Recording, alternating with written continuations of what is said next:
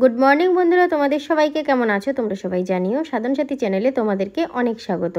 আজকে হলো শুক্রবারের সকাল 7:30। তো এখন থেকেই ব্লগটা স্টার্ট করলাম। এখন থেকে ব্লগটা শুরু করছি বলে যে এইমাত্র ঘুম থেকে উঠেছি এমনটা নয়। 4:30টায় উঠেছি, অ্যালার্ম দেওয়া ছিল।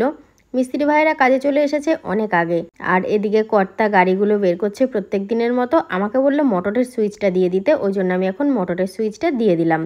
বারবার মোটর চালিয়ে উঠোনের কাজ হচ্ছে। এই যে জল দিয়ে সিমেন্ট বালি মেশানোর ব্যাপারটা না আমার খুব ভালো লাগে দেখতে।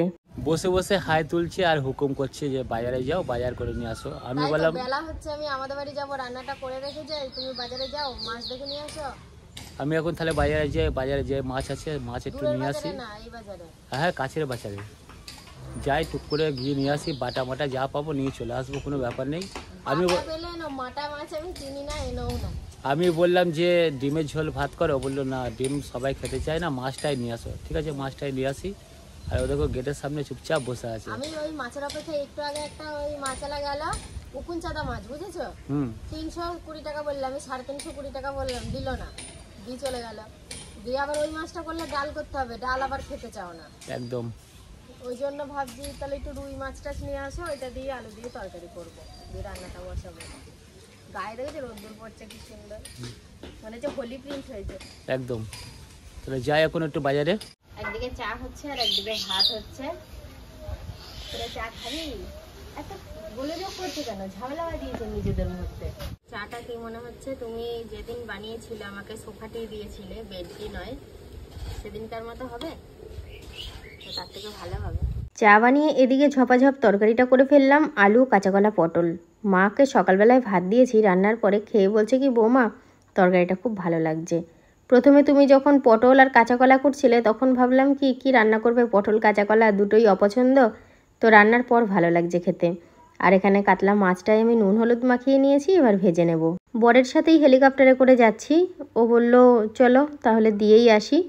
আর যদি কাছে পিঠে টোটো পেতাম ঠিক উঠে পড়তাম, টোটো পেলাম না, ওই জন্য ও বললো চলো আমার পেট্রোল পাম্পে যেতে হবে, তোমাদের বাড়ির সামনে দিয়েই তোমাকেও নামিয়ে দেবো আর পেট্রোল পাম্পেও যাব। বাড়ি যাওয়ার পথে একটা মিষ্টির দোকানে দাঁড়ালাম, ভাবলাম একটু মিষ্টি নিয়ে যাই, তো কি নেব সেটাই ভাবছি। তো যেটা আঙুল দিয়ে দেখালাম সেইটাই নিয়ে নেব। আমি তো এখানে মিষ্টি কিনছি, আর আমার কর্তা কোথায় দাঁড়িয়ে আছে দেখেছো? ওই দেখো আমার কর্তা দাঁড়িয়ে রয়েছে। ও বললো তুমি যাও, আমি আর গিয়ে কি করব। আমার হাতে টাকা দিল, মিষ্টি কেনা হয়ে গেছে, মিষ্টিটা এখন গাড়িতে ঝুলিয়ে নিল, আর আমি পিছনে বসে যাব। অনেক মাছ এনেছো? না, অল্পই এনেছি। এটা কি সিদ্ধ হচ্ছে মা? এটা মুসুরির ডাল, সবজি দিয়ে, হ্যাঁ সবজি দিয়ে ডাল হচ্ছে। আচ্ছা মা, ডাল আর সবজি একবারে দিয়েছো? মুসুরির ডালগুলো কেমন একটা পাতা পাতা ভাব লাগছে। না না, সব সেদ্ধ হয়ে যাবে, আমার রোজকার খাবার তো। আচ্ছা আচ্ছা, হ্যাঁ এটা তুমি খাও তো, তোমার তো খাওয়া রুটিন চেঞ্জ হয়ে গেছে। সবজি আজকে তেমন দিন, এটা পেঁপে সিদ্ধ আছে, আলু সেদ্ধ, ভাত হচ্ছে, আর এটাই সবজি দিয়ে ডাল হচ্ছে। খুব ভালো খাবার, সেদ্ধই হবে। নেমেই দেখলাম দিদা দোকানে বসে রয়েছে, মায়ের জামাই নামিয়ে দিয়ে গেল। ও একটু পেট্রোল পাম্পে গেল, ওখান থেকে তেল ভরে বাড়ি চলে যাবে। আর তারপরে আবার সন্ধ্যাবেলায় যে কেউ এসে আমাকে নিয়ে যাবে, ওই হোক কিংবা অন্য কাউকে হয়তো পাঠাতে পারে। আর মা রান্না করছে দেখে দিদা দোকানে, আমি সেটা বুঝতে পেরেছি। হ্যাঁ যাক, সংসারের সমস্ত কাজ টাজ বাড়ির তো আছেই, চাপ চিন্তা, এই সময়টুকু সন্ধ্যা অবধি শুধু মায়ের জন্য রেখে দেব। মা আর মেয়েতে শুধু গল্প হবে। মা একটু ভাবনা চিন্তায় আছে আমার দাঁতে ব্যথা নিয়ে, কিন্তু এই মুহূর্তে এখন দাঁতে ব্যথা না থাকার মতোই, যেটুকুনি আছে ওটুকুনি মানে ধরার মধ্যে পড়ে না, আমি খেতে পারবো, অসুবিধা হবে না। আমার মা কিন্তু খুব হিসেব করে চলে, এটা বলতে হবে। সিলিন্ডার ক তারিখে জুড়লো সেটা লিখে রাখো, তাই না মা? হ্যাঁ, এই যে 16/6/24 এটা চলছে, এটা চলছে। কতদিন যাবে সেটা বোঝা যাবে একদম। মা কি খেতে দেবে দিস করতে পারছে না, আমি বলছি কিছু খাবো না, একবারে ভাত খেয়ে নেবো, যে ডিম সিদ্ধ করলো হাফ বয়েল। তুমি একটা নাও মা। না না, কেন নাও, খাই প্রতিদিন খাই। হাফ বয়েল ডিমটাই ভালো লাগে, ডিমের পোচ নয়তো হাফ বয়েল ডিম। কি মাছটা চুখোটা ফুটতে রেখে তোমার কি গর্জন করছে, ঢাকা দিয়েছে তাও। ডিমটা এবার খেয়ে নি। মা কালকেই আমাকে ফোনে বলছিল মোনা তোর জন্য একটা লিপস্টিক রেখেছি, এবার মা না আসলে আমি ঠিক বুঝতে পারবো না যে কোথায় আমার জন্য লিপস্টিকটা রাখা রয়েছে। এবেলায় না নিলেও হবে, আমি তো আছি সন্ধে অবধি, খাওয়া দাওয়ার পরেও বিকালে যখন দোকান খুলবে তখন নেব। এখন বসে বসে কি করবো, সাজগোজ দেখি। সাজগোজ দেখলে বেশ টাইম কেটে যায়। কিন্তু আমি কিন্তু দোকানদারের অনুমতি ছাড়াই কানে কানের গলিয়ে নিয়েছি, আমি দেখেই বুঝেছি, বুঝতে পেরেছি। আমি দেখছি ওই দিকে খোলা, কানের দিকে দেখছি হয়তো আমার দোকানের মাল চলছে। আচ্ছা, তোমার দোকানের মাল আমি বিনা পয়সায় নিয়ে নিয়েছি, তার জন্য আমি অ্যাড্রেসটা বলে দিচ্ছি। দক্ষিণ শ্রীরামপুর বাজার রোড, টিঙ্কু ভ্যারাইটি স্টোর। তোমরা যারা আমার কাছে পিঠের বন্ধু আছো অবশ্যই এসো, সামনে পুজো আসছে। হ্যাঁ, সামনে পুজো আসছে, আরো নতুন নতুন জিনিস আসবে দোকানে, তোমরা আসবে কেমন। আমিও মায়ের কাছে পুজোর সময় এসে 2-1 ঘন্টা বসবো, তোমরা আসলে তোমাদের সাথে দেখা হবে, মায়েরও হেল্প হবে। প্রত্যেকবার আমি এই কাহিনীটা বলি, কিন্তু কোনোবার আমি সফল করতে পারি না। এবার আমি আসবোই আসবো মা, তোমাকে একটু হেল্প করে দেবো, ঠিক আছে? আচ্ছা ঠিক আছে। কানের প্রতি আলাদা ভালোবাসা আমার আছে, প্রত্যেকটা কানেরই দারুণ লাগছে।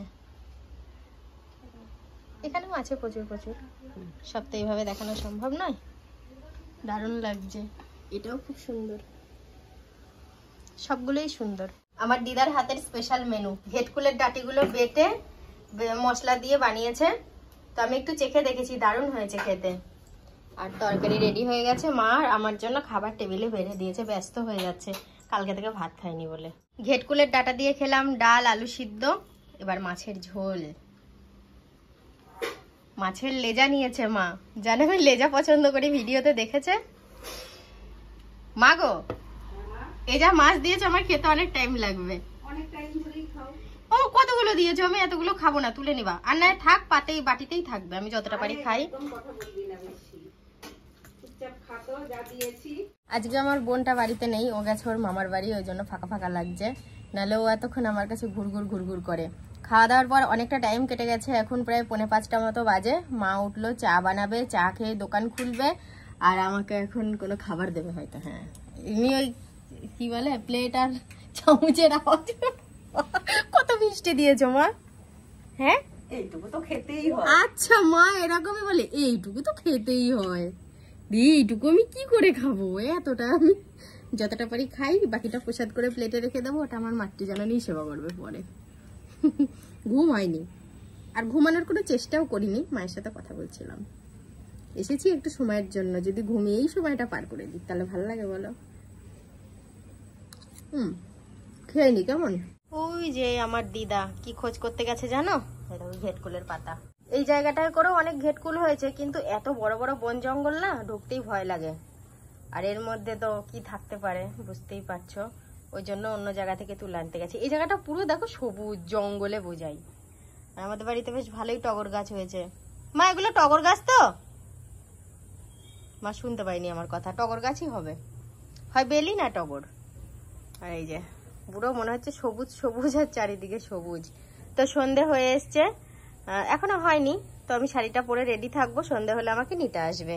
এই যে দিদা চা করে নিয়ে এসছে স্পেশাল কাপে, 3 জনেরই একরকম কাপ। দিদার স্টিলের কাপ প্রচুর ছিল, মনে আছে? দাদু আর দিদা প্রায় দিন ঝামেলা করতো, দিদা ছুঁড়ে টান মারতো, ওই জন্য দাদু স্টিলের কাপ এনে রাখতো যাতে না ভাঙে। তোমার দাদুই ছুঁড়ে মারতো, দিদাও কম কিছু ছিল না, মনে আছে আমার। দিদা ভালো করে ঘেটকুল পাতা তুলে খাওয়াবে, চিন্তা নেই। বদনাম করবা তুমি। সেইটাই, তোমার এই জঙ্গলে গিয়ে ঘেটকুল পাতা তুলে মশার কামড়ে। এবার আমাকে বেরিয়ে যেতে হবে। এ দেখো ব্যাগের মধ্যে বাজার পুরো ভর্তি। দিদার কাছ থেকে জেনে নিয়েছি এই ঘেটকুলের পাতা আর ডাটা কিভাবে একসাথে রান্না করা হয়, খুব সুন্দর হয় খেতে। আজকে খেয়েছি, তো কালকে আমি বানিয়ে তোমাদেরকে শেয়ার করবো, কেমন? ব্লগ দেখলেই বুঝতে পারবে। গেটটা দিয়ে দিন, নাহলে আবার হনুমান বাবাজিরা চলে আসবে। এখানে খুব খুব, আমাদের ওখানে তো হনুমানের উৎপাত আছেই, ঘরের ভিতর থেকে এটা ওটা নিয়ে যায়, কিন্তু এখানে আরো বেশি হনুমানের উৎপাত। তো আমাকে নিতে এসছে, দোকানে রয়েছে। যাই ব্যাগটা একবারে নিয়ে বেরোই, আমার মা দেখে অবাক হয়ে যাবে। হাসছে দেখেছে কেমন কথা বলছে। মা জানে না আমি ঘরে শাড়ি পরে রেডি হয়ে গেছি, ভাবছে হয়তো এখনো শাড়ি পরা হয়নি। মনটা খারাপ লাগছে, ভালো লাগছে না। ও মা এই দেখো শাড়ি টাড়ি পরে চলে এসেছি। লিপস্টিক আর কানেরটা মা ঢুকিয়ে দিচ্ছে। মা তাহলে বেরোলাম, আবার আসবো। না বললেও আসবো। না, ও কথা বলছো কেন মা? না বললেও আসবো। মায়ের কাছে আবার বলতে হয় না, নিমন্ত্রণ করতে হয় বলো? আমার শোনা ভালো করে থাকবা, হ্যাঁ শোনা। আর ভিডিওটা আমি হ্যাঁ কন্টিনিউ করছি না, এখানেই শেষ করে দেবো, কারণ প্রত্যেকদিন তো রাত অব্দি টেনে নিয়ে যাই। আজকে এখানেই শেষ করে দেবো। তোমরা সবাই খুব ভালো থেকো, দেখা হবে কালকে সকাল থেকে। টাটা করে